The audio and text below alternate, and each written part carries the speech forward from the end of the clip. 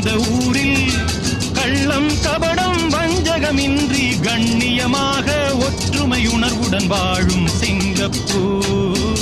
அக்கரை சீமை அழகினிலே மனமாட கண்